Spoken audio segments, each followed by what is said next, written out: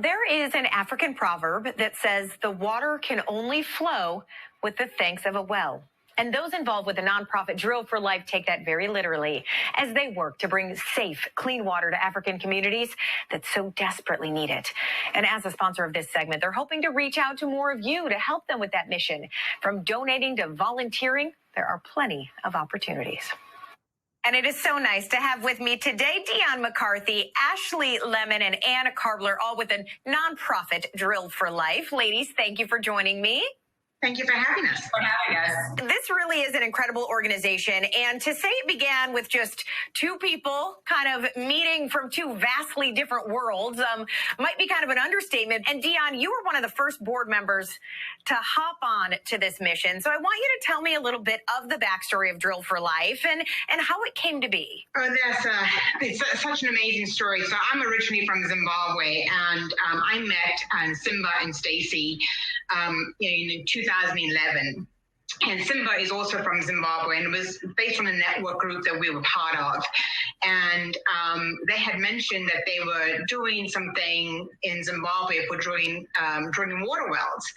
And for me, I've always wanted to do something for back home because I've never really forgotten where I came from. And, the Drill4Life mission is just very, very simple. It's just changing the outcome of villages in Zimbabwe and providing just access to clean, uncontaminated water in the low density areas in Zimbabwe that really do not have the infrastructure to support themselves.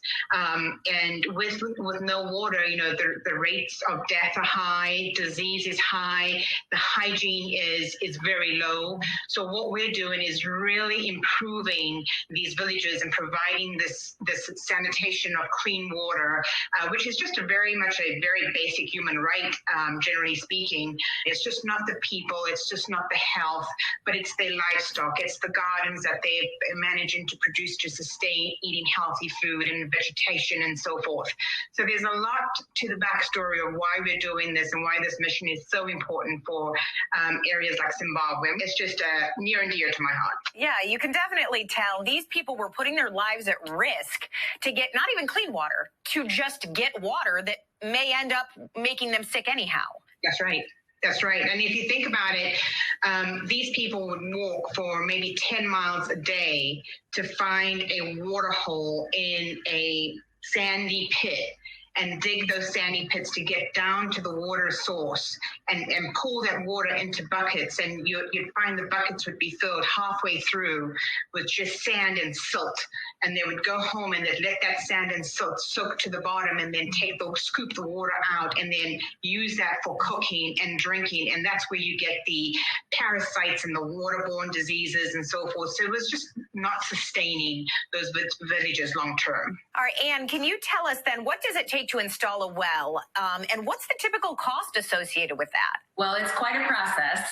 We have to have some people there in Zimbabwe to go out and actually survey the property, the village, and making sure that everything is set in that perspective. And it's been a little challenging with COVID to get everything going, but we've been able to continue to manage to drill successful wells.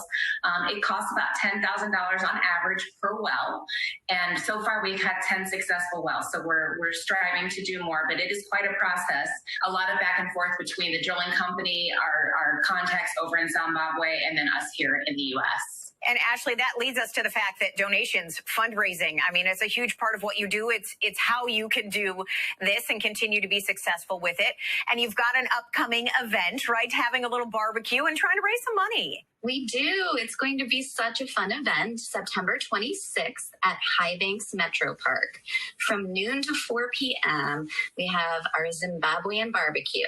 We will all be there enjoying a great time. We're going to have some great music, Zimbabwean music. We have a local Zimbabwean artist, musical artist who will actually be attending as well. We'll have vendors. It's going to be an overall great time.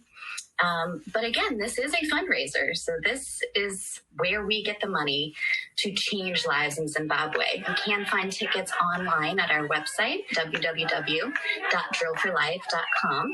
We'd love to see you come to our event. If you can't come, consider being a sponsor.